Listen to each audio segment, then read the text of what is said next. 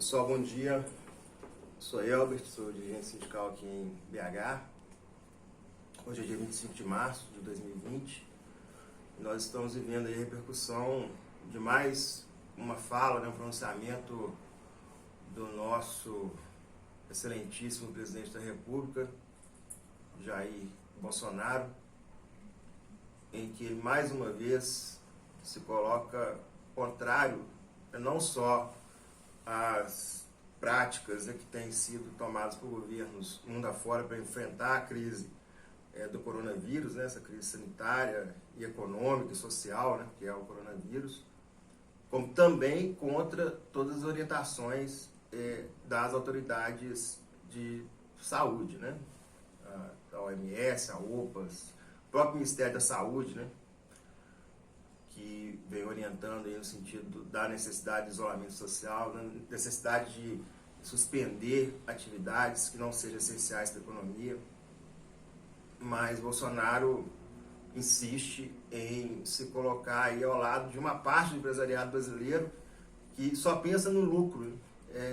Esse coronavírus tem tido esse papel também, de colocar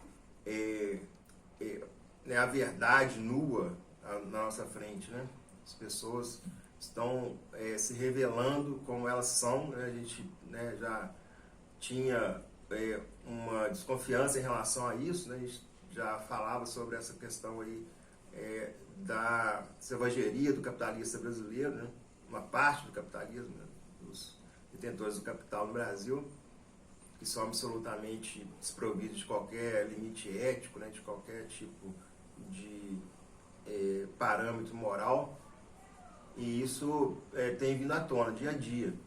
O Bolsonaro se coloca como porta-voz dessa parte do empresariado, praticando falas que são repletas de crueldade, repletas de um desprezo pelo valor da vida humana. A gente tem aí pessoas como Roberto Justus, como o Luciano Hang, como o dono da Madeira, Júnior Kurst, se não me engano, o nome dele. E a gente refletindo sobre esse posicionamento desses empresários, parece que eles estão quebrados, Parece que eles realmente não têm condições de ficar alguns dias fechados, sustentando a sua própria existência, Porque o desespero que eles estão para colocar de novo as atividades em funcionamento é algo que não tem lógica, Não tem como a gente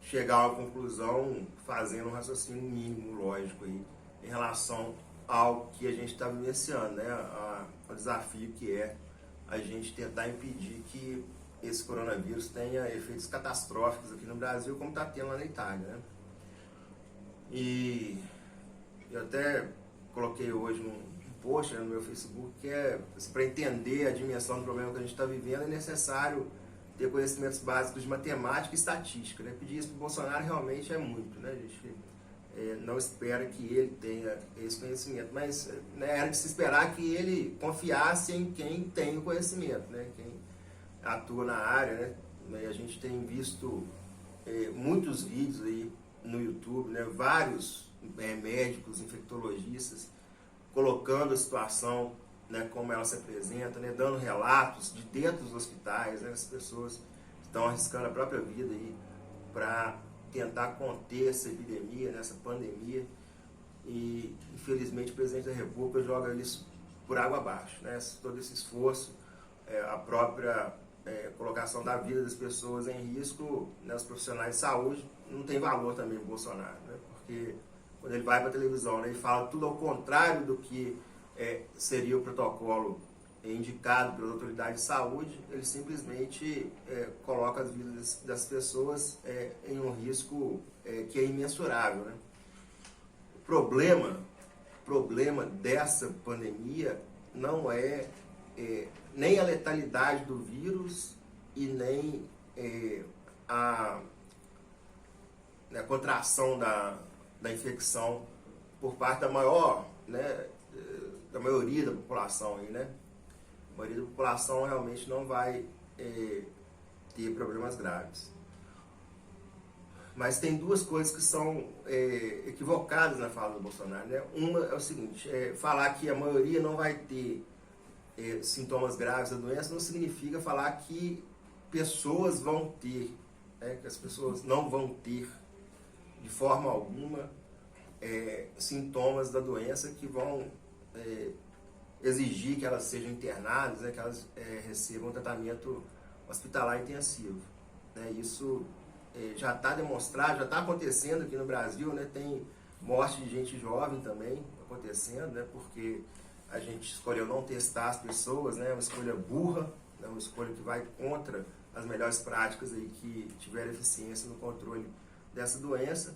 E a outra coisa que é uma falha aí no discurso do Bolsonaro é que as pessoas vão ser tratadas no hospital, vão ficar bem, é só uma gripezinha. E a gente não vai ter condições logísticas para atender essas pessoas. As pessoas, se elas adoecerem todas ao mesmo tempo, a gente não vai ter como atender a demanda que vai se apresentar.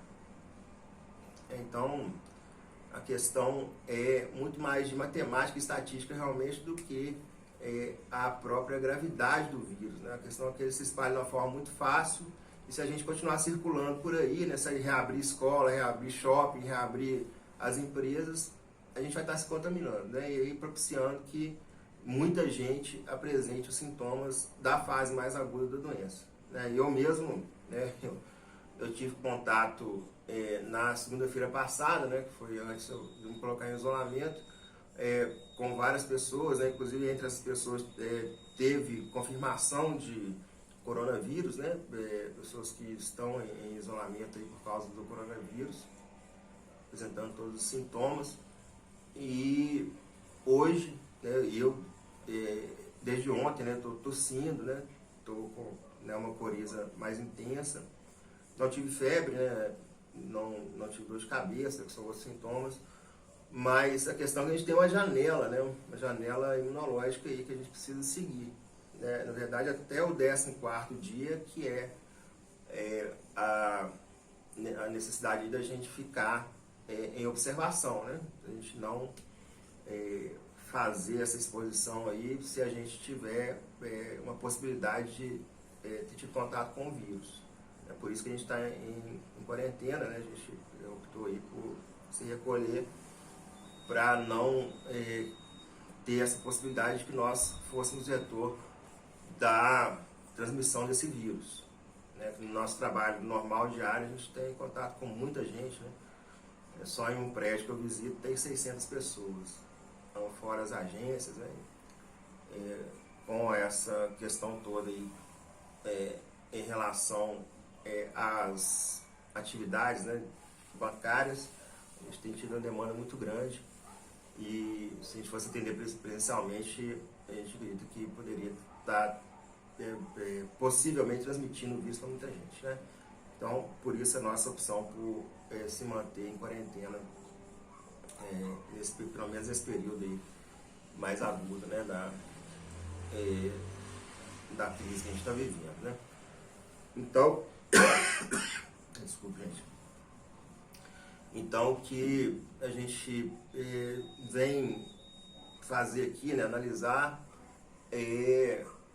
por que o Bolsonaro está tomando esse tipo de atitude, Por que ele está se colocando dessa forma diametralmente oposta, o que são as práticas esperadas por parte do governo, que seria incentivar as pessoas a ficar em casa, tentar colocar dinheiro na economia para amparar as pessoas que não têm como sobreviver sem realizar sua atividade diária, as pessoas que não têm vínculo formal de trabalho, os ambulantes, aí, pessoal do Uber, do Rap, do iFood.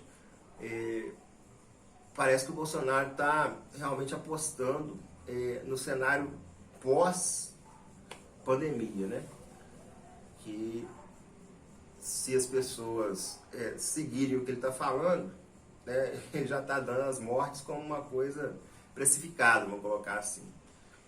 E se elas não seguirem, ele vai colocar a culpa em quem não seguiu por causa da catástrofe econômica que certamente virá, né, depois dessa pandemia.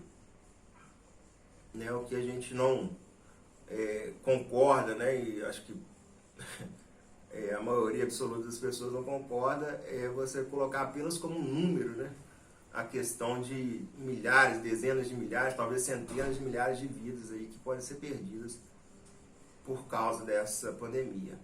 Né? Não é razoável, né? Não é racional, né? Nem no conceito econômico a gente pensa colocar preço, né, nas vidas que certamente serão perdidas. Né? E é isso que esse pessoal está fazendo. Né? Estão simplesmente falando o seguinte, né? Melhor a gente colocar a economia para rodar e deixa morrer quem tiver que morrer, é isso mesmo, e pronto. É isso que eles estão falando. Né? Enquanto isso, né, liberando aí, hoje tem a notícia de que o Banco Central já liberou 1 trilhão e 200 bilhões de reais para os bancos. Para os bancos. Prioridades, né? São prioridades aí do governo. Né? E os bancos nem precisaram pedir muito, né? Foi só o Trabuco insinuar lá na coletiva, né? Que eu até falei no outro vídeo, que precisava de garantir a liquidez, né? Tal, é muito importante a liquidez nesse momento. Que é dinheiro para especular, né? Que eles querem. Está jogando tudo na bolsa aí para, né, ganhar muito dinheiro. E o Bolsonaro, né, mandou o Banco Central liberar lá a mixaria aí de 1 trilhão e 200 bilhões de reais. Não tem nada melhor para fazer com esse dinheiro, né? Soltar para os banqueiros.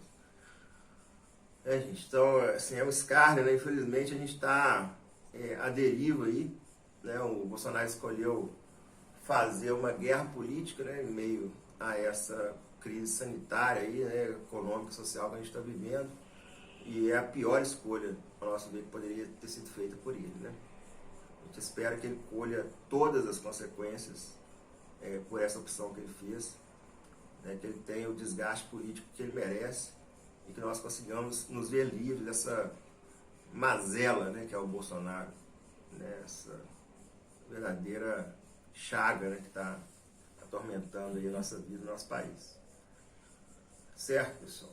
Então, depois a gente grava mais vídeo aí para a gente poder continuar analisando o cenário e tentar expressar a nossa opinião, para deixar esse registro histórico aí para quem quiser depois visitar e vislumbrar o que é o nosso pensamento, o que a gente via aí acontecendo, né, nesse momento histórico aí que a gente está vivendo, e que a gente espera que a gente consiga sair bem, né, todos, né, todos aí, que a gente consiga todo mundo sair bem, né, a gente sabe que isso vai ser quase impossível, né, na verdade já tem mortes registradas, né, e a gente precisa se cuidar, né, porque a questão não é fácil de se enfrentar, né, quem fala que é fácil ou não sabe do que está falando ou é um abilolado, né, uma pessoa alienada, né, que está vivendo em outro mundo, né, como parece ser o caso do nosso presidente da República, né, ele vive no mundo dele. Beleza, pessoal? Tamo junto aí.